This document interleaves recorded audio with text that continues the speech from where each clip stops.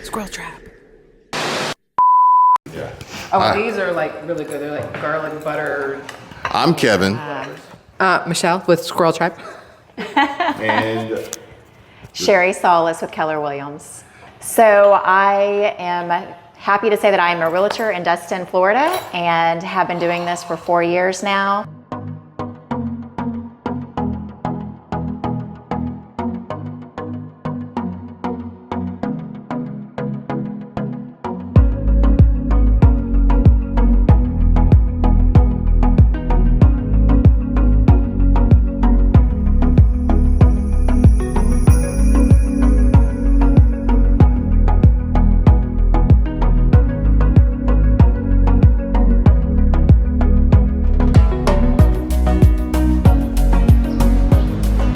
welcome back to the channel. And I'm super excited to be here today. You can contact me at 325-513-9897 or sherriesalas@kw.com. So, and again, with the assumable loans, you know, again, I'm not a lender, but.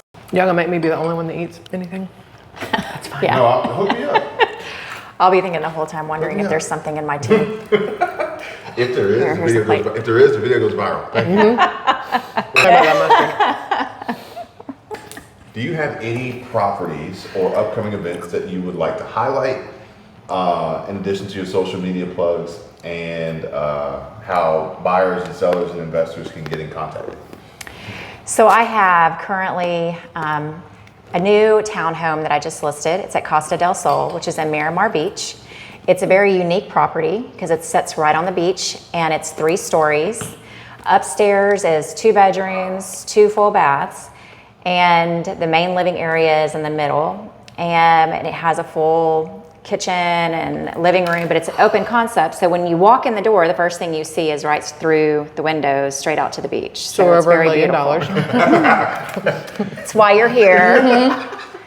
And then you go downstairs, you actually have to go, to get to the downstairs, you have to go out the back living room area downstairs, and then underneath is its whole little studio. Oh, wow. So it's got a full kitchen and living room downstairs with a 1 bedroom with a full bathroom as well. So it's a really unique property because you've got one that just sits right on top of the other. So it is a 3 bedroom, 3.5 bath. However, the downstairs is a completely separate unit. So you can come with families, friends, and they can actually, you know, because you don't always want to be hanging out in the same room with your family or your friends. You want your own space sometimes. So this is nice because it separates you, you know.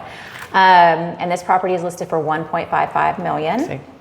And it's currently used as a vacation rental. Okay. And it has rentals on the books now. So that was one of my questions when we actually looked at, we did a walkthrough of one, it's not East Pass, it's in the harbor, but I don't remember what it's called. And it's right across from, I guess, kind of where Beauchamps would be. Like if you were here and looked across, there's 3 white buildings. Yeah, that's the one I thought was East Pass. That's not East Pass. I don't remember what that was called. But when we went in there just to look at it, it's 2 bed, 2 bath. It was way too small, 1,100 square feet. We just wanted to see what the view was like for that money because it was in the low 6s, which I was like, that's amazing to be in the harbor for that price. And so we go in and I asked the lady, I said, because she mentioned that it was a rental. And I said, well, how far out is it rented?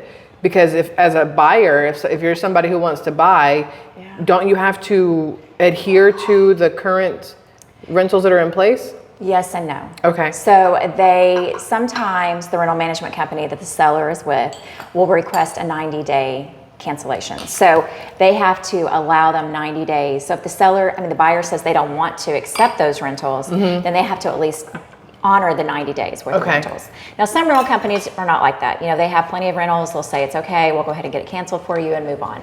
But that's part of the contract. Like when a buyer comes in and wants to buy it, they need to put that in the contract if they are or not going to accept the rentals. And now our Florida contract actually includes a little verbiage about that. There's a disclosure or rider that we can attach to it that says that. That's good, because I mean, how often do people buy rental properties and then turn them into their main property? Not a whole lot. It does happen, but usually people, you know, in this area at least, when they find a property like a condo that's already got rentals on the books, usually they're wanting to rent it. You know, most of the time it's investors.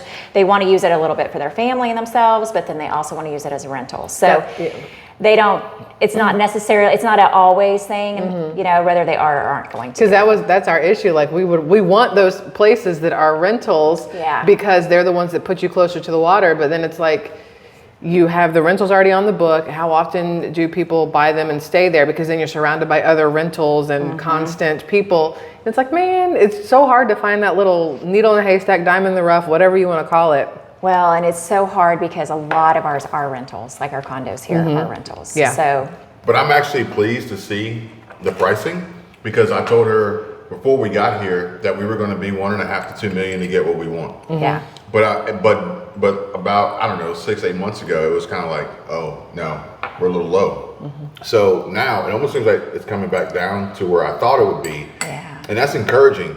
And 1.5 for what you described on the beach. On the beach. Kind of like, I like that. So the great thing is, yes, you're on the beach and you have 50 feet of private beach area that's yours. Oh, wow. Now, we won't get into a whole discussion about what's really considered private and what's not and who can walk on it and, you know, that whole debate that's going on. Because I mean, the right of way to walk on it. That's different. So you must follow 20 feet from the, you know, from the shoreline up, you know, anybody can be on that. But then from that point forward, it's supposed to be private beach up to the property.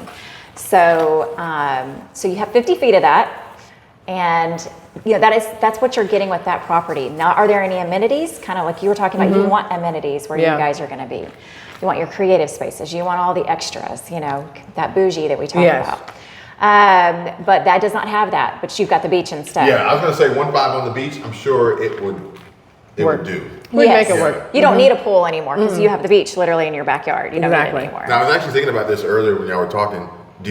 Are they really going to go through with that new building at Silver Shells that's supposed to be coming, that they already have listings for? Of course, I don't know that. I would assume they are. I mean, they've been selling those for years now. So I'm sure they're going to have to go through with that because they've already collected money. So I would hope so. Well, it's like the thing down at Miramar, right past where Mezcal and everything is, that little shopping center. They're supposed to be putting in a whole condo. Oh, there's a huge thing going there. over there. Yes, I have a friend who works over there for Premier Property, and it is huge. Where are they putting it? Is what we're trying to figure out. Are they demolishing the old ones, or are they getting rid of the golf course?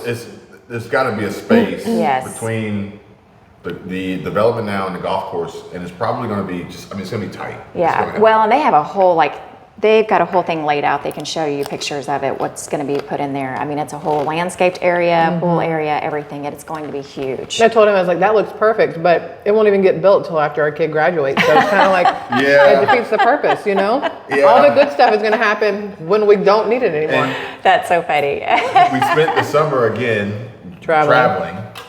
And well, that's good though. And then we were like, let's just rent until she graduates, and then just and then we'll just never have an address, and we'll just search for something cool anywhere. I mean, we went to Grand Teton. We went. No, you're sitting at the water with the mountains. It's like, man. But we really liked it, and we were in Chicago, and I was like, we could probably make it to Grand Teton and get back before school starts. Look at this rock mesh on it. They got mesh on it? Oh, they do, to catch any little falling debris. Debriscus. I don't know the right words there. We have just put the windows down because it is now 79 degrees up here, whereas it was almost 90 back in Idaho. I guess you cross over into Wyoming and it gives you a better, see, this is the good stuff. This is the view right here. Let me zoom in so y'all can see those, and then zoom out so you can see. See, I don't like the zoom out. I prefer the regular. You're about to get a whole bunch of wind in your ears, people, so I can.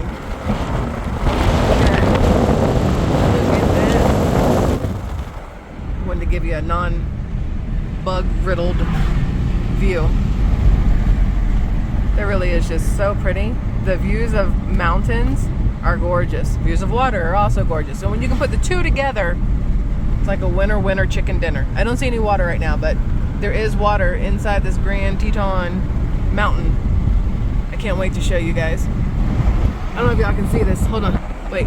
There's a road down there, right over there, and it looks so little from up here.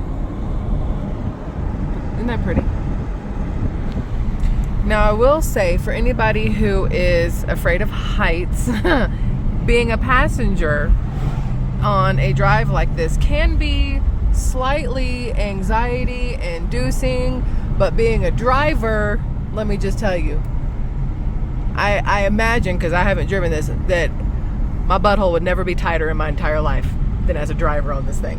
Especially in the winter, if it happened to have a little bit of snow or ice on it. One, I wouldn't do it. But two, it would be terrifying. In my opinion, gorgeous, but terrifying. Also, notice all the way up there, there's signs that say watch out for snow slides, because snow will start there and slide all the way down and hit the side of your car while you're driving on the road below it. Just keep that in mind also.